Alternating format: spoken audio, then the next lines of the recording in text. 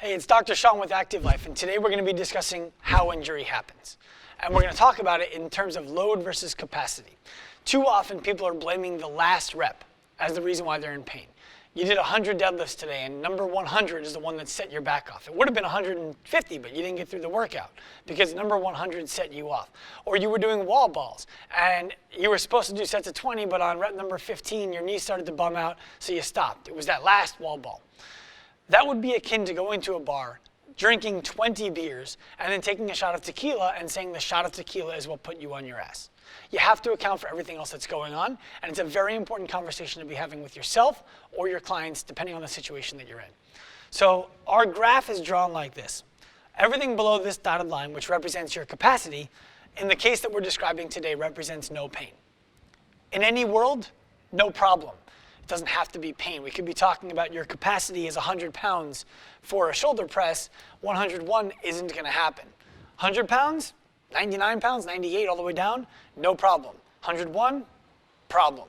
Or we can look at it in pain, which is what most of your clients or you are going to be frustrated with. Your inability to do something due to pain. What we have to understand is that we drank those 20 beers before we took that shot. In real world, those 20 beers are represented by what we call pre-existing load. We all walk into the gym, we all walk into our day with stuff that's already bugging us, that when we pile on top of that, becomes symptomatic. So we might have a long-standing history of injury, right? And when I say injury, I'm going to use the term loosely. So let's just say anatomical defect.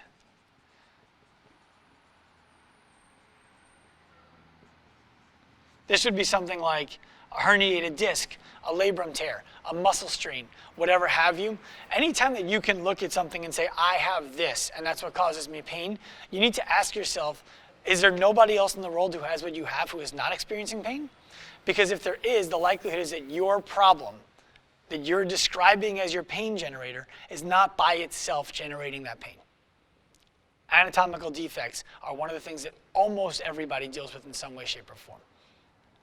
Next on our list is going to be inefficiency in your recovery, your stress, diet, and sleep. If you're stressed out because your boss is killing you, your kids are all over you, you don't have enough money to get everything going, or whatever the case is, you got a big test coming up, this box becomes bigger, right? These boxes are fluid. They can be bigger or smaller depending on what's going on. If your diet isn't good, if you're not managing your macros, if you're not eating whole foods, your diet can force this box to be larger.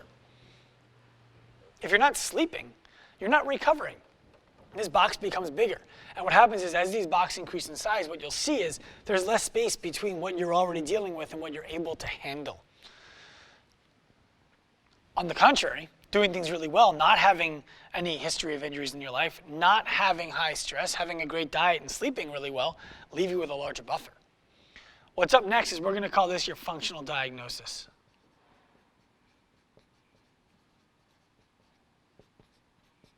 So this is a soft tissue dysfunction, this is a weakness, this is any of the things that we'll talk about in our athlete's hierarchy of needs: flexibility, mobility, strength, balance.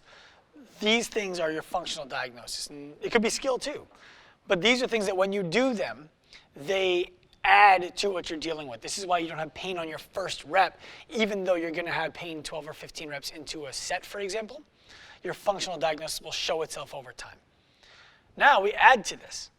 This is what you walk into the day with. You drive to work. No big deal. Doesn't cause you any pain when you drive to work. You do your job. Maybe it's manual labor. Maybe you're a construction worker and your problem isn't hurting you.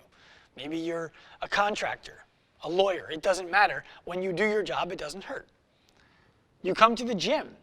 And there's a litany of things we can add here too. But you come to the gym and you can squat and your back doesn't bother you.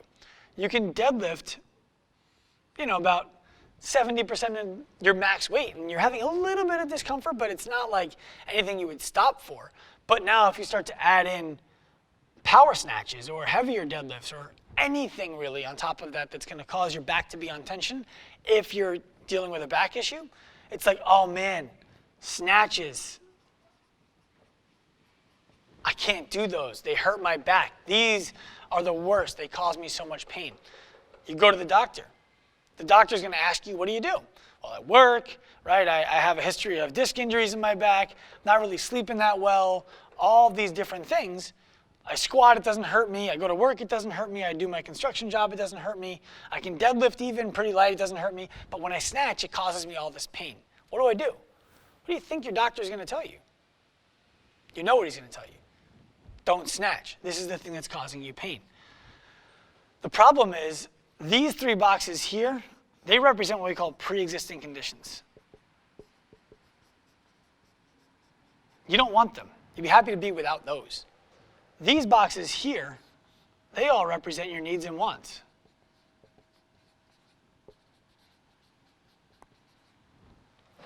So to get rid of one of these for the sake of keeping these doesn't really make much sense. What we like to look at is this. How can we alter these boxes? And if you have a herniated disc or if you have a bone that you broke years ago, your anatomical defect is not going to change. That box is going to stay the same size. If you can reduce your stress, if you can sleep more, if you can eat better, if your recovery can become something that you do on purpose, we might be able to have a large effect on this box, especially coaches in the gym. They can have a big effect. Let's say we reduce the size by half. That's great.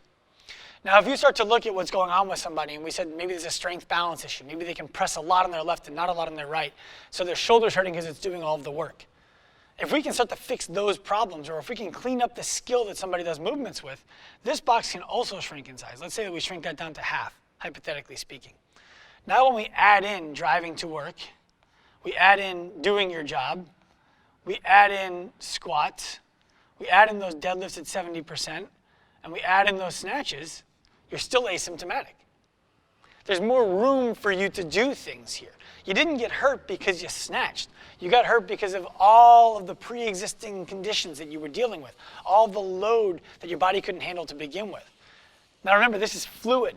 You could have a bad night's sleep one night, and it can set this box off to be double the size. And now everything else would have to move up. But what I want you to understand is that you didn't get hurt doing that last rep. You got hurt because of all of the stuff that your body was dealing with before we got to that last rep. If you understand this, and you're an athlete, you're a client in a gym, that's great. Now you can better modulate when you're in pain and why you're in pain. If you're a coach, everyone you talk to should get this talk before they start working out with you. Because they need to understand that they're not getting hurt with you because of what you're doing with them. They're getting hurt with you, potentially, because of everything that they're coming in with. And they need to communicate with you about what they're coming in with so you can modulate load appropriately. Now there's one more thing that we can do here, which we like to do, which is obviously increase the capacity. The goal is to be able to decrease load, pre-existing, and increase capacity so we can just keep on layering. Go to that competition, go on vacation, sit on a long flight, whatever you want. As long as you don't get hit by a bus, we should be good to go. And this is the way we want you guys to think about injury. Injury happens when load exceeds capacity, and it doesn't have to.